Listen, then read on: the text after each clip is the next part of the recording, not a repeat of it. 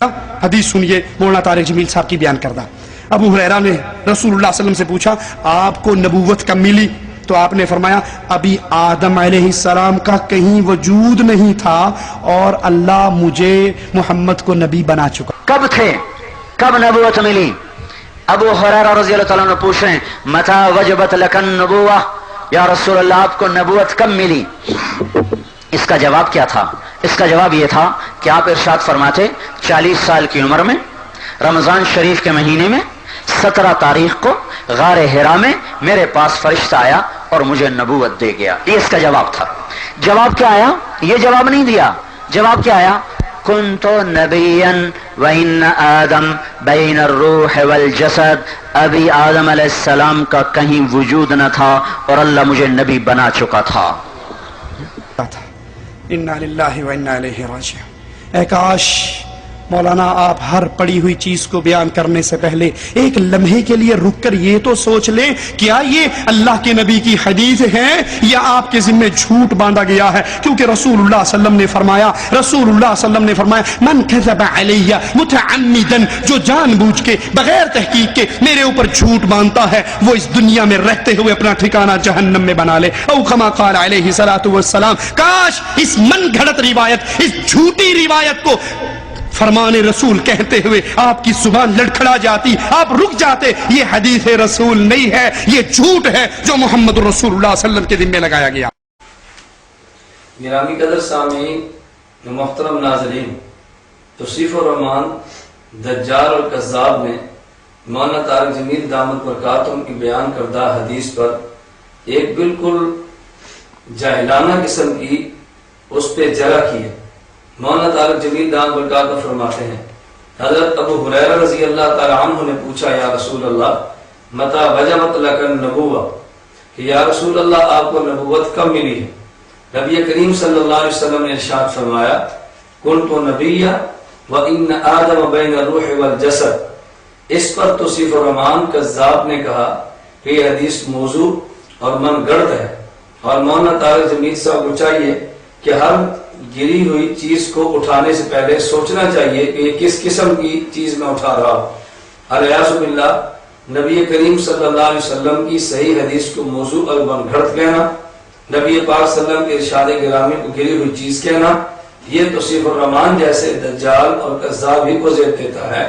کم از کم عام معمولی سا ایمان رکھنے والا مسلمان اور مومن بھی اپنی زبان سے اتنی جرأت اور بے باکی کے ساتھ رسول اکرم صلی اللہ علیہ وسلم کے حدیث مبارک کے بارے میں ایسا جملہ نہیں کہہ سکتا.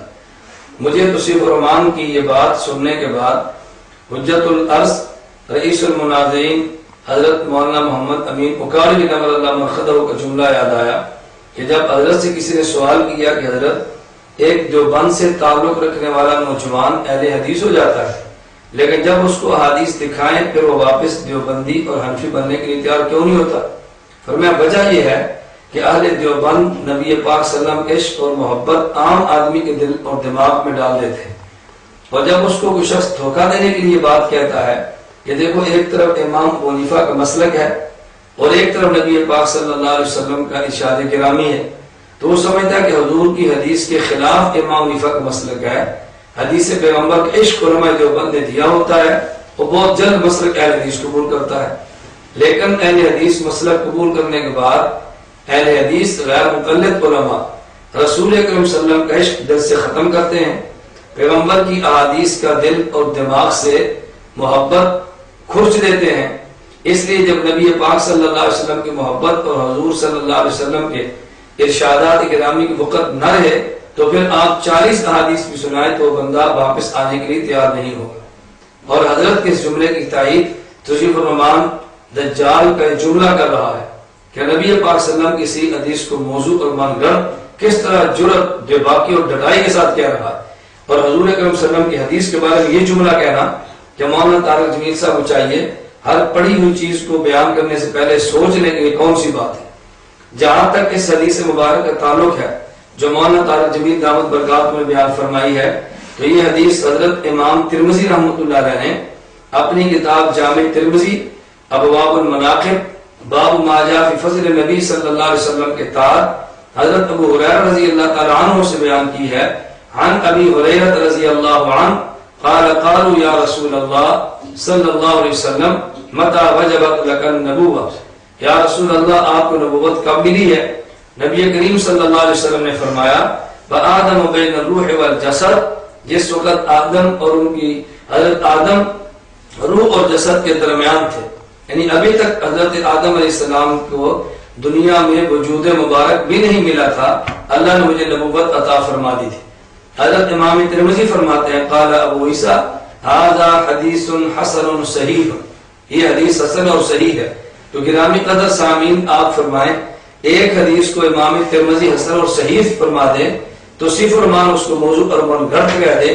اب امام ابو عیسیٰ ترمذی رحمۃ اللہ علیہ کی بات کو مانیں یا ہم تو صرف فرمان دجال اور کذاب کی بات کو مانیں؟ اور یہی حدیث مبارک وآدم بین الروح والجسد، نبی کریم صلی اللہ علیہ وسلم نے فرمایا مجھے اس وقت نبوت ملی جب حضرت آدم روح اور جسد کے درمیان تھے۔ اور امام حاکم فرماتے ہیں ھذا حدیث صحیح الاسناد ولم یخرجہ، یہ حدیث صحیح بخاری اور صحیح مسلم کی شرائط کے مطابق ہے، اگرچہ انہوں نے اس حدیث کو اپنی کتب میں نہیں تحریر فرمایا۔ وشاہدہ حدیث الاوزاعی الذی، اور اس حدیث کا شاہد بھی موجود ہے جو حضرت ابو ہریرہ رضی اللہ تعالیٰ عنہ کی حدیث مبارک ہے قیل للنبی صلی اللہ علیہ وسلم متى وجبت لك النبوۃ، نبی پاک صلی اللہ علیہ وسلم سے عرض کیا گیا حضور آپ کو نبوت کب ملی ہے؟ نبی پاک صلی اللہ علیہ وسلم نے فرمایا بین خلق آدم ونفخ الروح فی، حضرت آدم علیہ السلام کے وجود اور اس میں روح ڈالنے کے درمیان، یعنی جس وقت آدم علیہ السلام کا جسد مبارک ابھی مکمل نہیں بنا، آدم علیہ السلام کی روح اس میں نہیں ڈلی، حضرت آدم علیہ السلام کا وجود مبارک دنیا میں نہیں آیا، نبی پاک صلی اللہ علیہ وسلم کو نبوت اس وقت بھی مل چکی تھی۔ اسی طرح اس حدیث مبارک کو اتحاف الخیرۃ المہرہ بزوائد المسانید العشرہ، حضرت عبداللہ بن شقیق میسرہ سے نقل کرتے ہیں، کہتے ہیں سألت النبی صلی اللہ علیہ وسلم متى كنت نبیا، متى كنت نبیا، یا رسول اللہ فرمائیں نبی پاک صلی اللہ علیہ وسلم اللہ رب العزت نے آپ کو نبوت کب عطا کی؟ تو حضور اکرم صلی اللہ علیہ وسلم فرمائے کنت نبیا وآدم بین الروح والجسد۔ تو یہ حدیث مبارک جو حضرت مولانا طارق جمیل صاحب نے بیان فرمائی ہے، میں نے پھر وقت 3 حوالہ جات اس کے بیان کر دی ہیں۔ اور گرامی قدر سامعین، آپ کو اس بات پر حیرت ہوگی کہ توصیف الرحمان دجال جیسا غیر مقلد اس حدیث کو موضوع اور من گھڑت کہتا ہے، اور غیر مقلدین کا ماضی قریب میں دنیا سے رخصت ہونے والا فن اسماء الرجال کا امام حافظ ناصر الدین البانی کسی حدیث کو صحیح کہتا ہے۔ یہی جامع ترمذی دار احیاء تراث عربی بیروت سے چھپی ہے محمد احمد شاکر کے تعلیق اور تخریج کے ساتھ، اس میں یہ بات درج ہے کہ ناصر الدین البانی نے اس حدیث کو صحیح کہا۔ تو میں گزارش کرنا چاہتا ہوں کہ جو حدیث مبارک مولانا طارق جمیل صاحب جامع کا بات جیسے وائز خطیب اور عالم جید نے بیان فرمائی ہے، یہ حدیث صحیح ہے، اور اس حدیث کو موضوع اور من گھڑت کہنا یہ توصیف الرحمان دجال اور کذاب کی اپنی اختراع ہے، اس کا اپنا عنوان ہے اور اس کا دجل اور فراڈ ہے۔ اللہ رب العزت ہمیں نبی کریم صلی اللہ علیہ وسلم کی حدیث کو لینے کی توفیق عطا فرمائے اور توصیف الرحمان جیسے دجالوں اور کذابوں سے